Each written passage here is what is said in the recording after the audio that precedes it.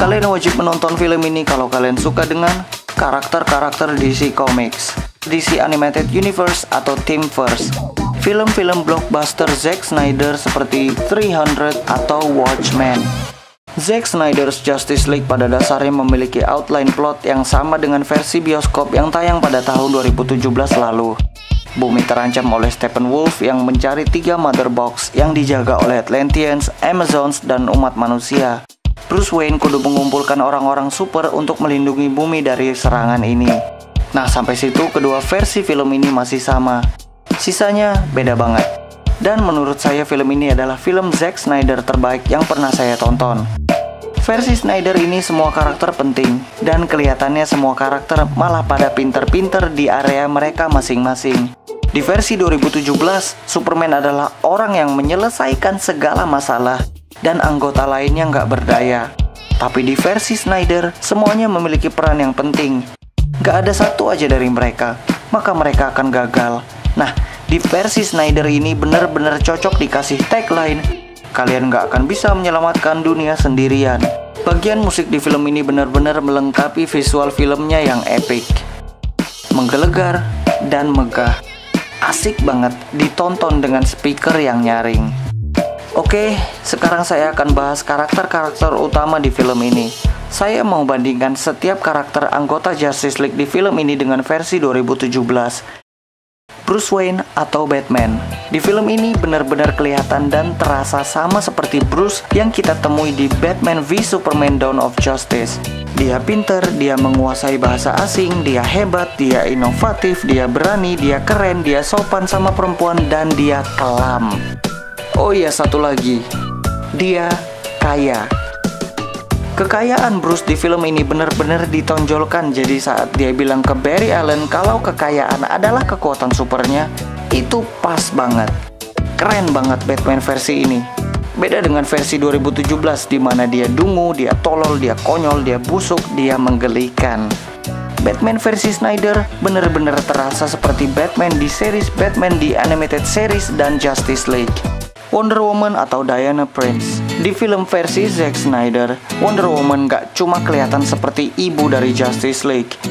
Dia juga kelihatan lebih keren dan kuat ketika bertarung, sama seperti para Amazons di film ini. Plus, dia gak diseksualisasi sebagai bahan lawakan. Bener-bener berwibawa dia di versi Snyder. Satu lagi, setiap dia nongol itu musiknya ala-ala film yang berlatar di Yunani. Jadi kayak dewi banget penampilannya.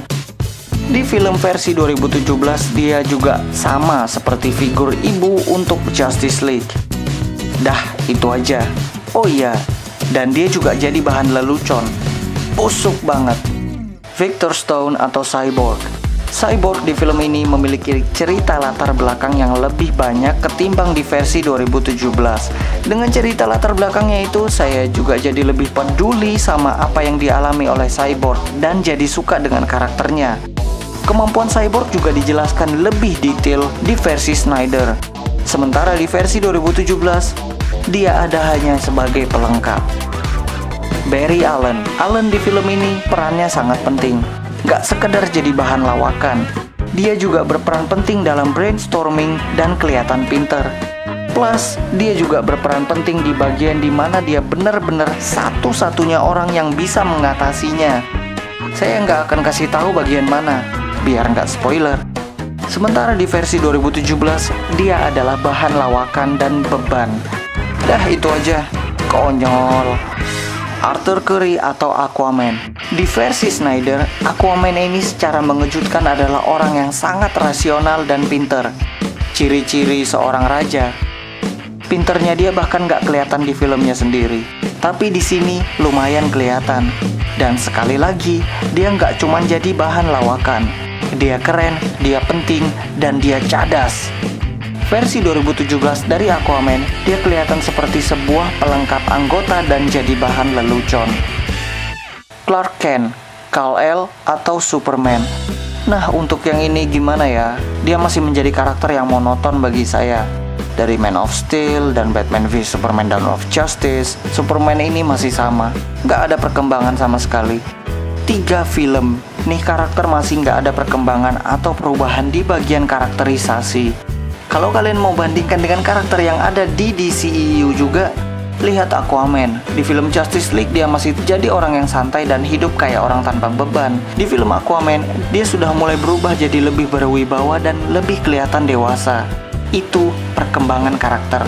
Kalau Superman Snyder dibandingkan dengan versi 2017, plusnya bagi saya cuma di bagian tampilan. Kostumnya oke dan fresh, mukanya nggak kelihatan aneh, kekuatannya lebih kelihatan keren, dan dia kelihatan lebih sakti di versi Snyder ketimbang 2017. Oh iya, ada satu karakter yang saya anggap juga sebagai anggota Justice League di versi Snyder ini. Perannya lumayan penting dan dia karismatik. Dia adalah Alfred Pennyworth. Saya benar-benar serius ketika saya bilang ini. Saya lebih tertarik melihat film solo Alfred Pennyworth yang diperankan oleh Jeremy Irons ketimbang sequel Man of Steel. Setiap kali Alfred nongol di layar, saya selalu senang lihatnya. Versi 2017 juga saya senang sih, dan karakter yang saya juga suka. Tapi bedanya di versi Snyder, Alfred kelihatan lebih karismatik aja. Itu karakter-karakter. Kalau mengenai adegan baku hantam dan aksinya dah nggak perlu dijelasin lagi deh. Ini film Snyder, adegan aksi itu adalah hal yang paling dia kuasai. Dan di versi Snyder, wah. Menurut saya film ini adalah film Snyder dengan adegan-adegan aksi paling mantap.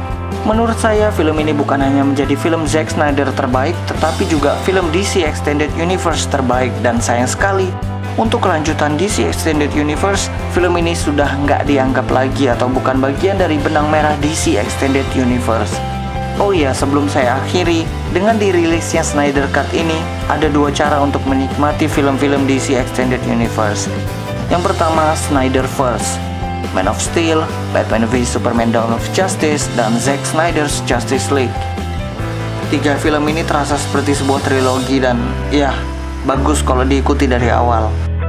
Dan yang kedua, DC Extended Universe, yang urutannya saya yakin kalian sudah tahu. Oke, itu aja hal-hal positif yang bisa saya kasih tahu dari film ini. Kalau kalian tertarik dengan ulasan-ulasan saya lainnya, kalian bisa tekan playlist ini. Atau kalian mau lihat video tentang komik DC, kalian bisa nonton video-video ini atau cek channel saya. Terima kasih.